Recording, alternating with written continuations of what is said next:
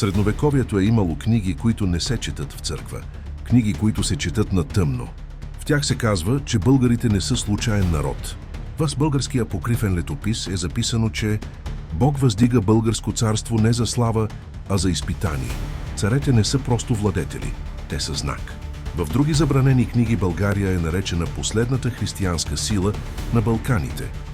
Когато другите царства паднат, тя остава. Ранена, обсадена, но жива. И се казва още, когато и тя падне, времето ще се прекърши и светът ще тръгне към края си.